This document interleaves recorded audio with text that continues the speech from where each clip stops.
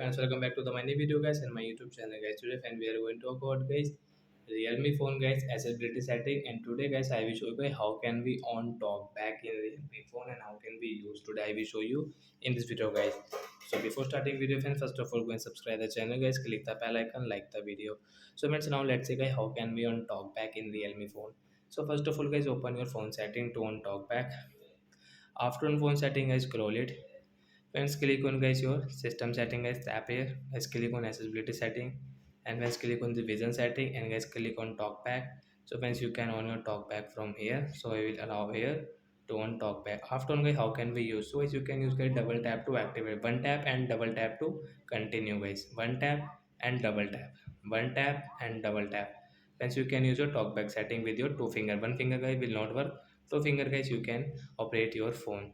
So as a person who is blind guys, they cannot see properly guys, they use talkback. How?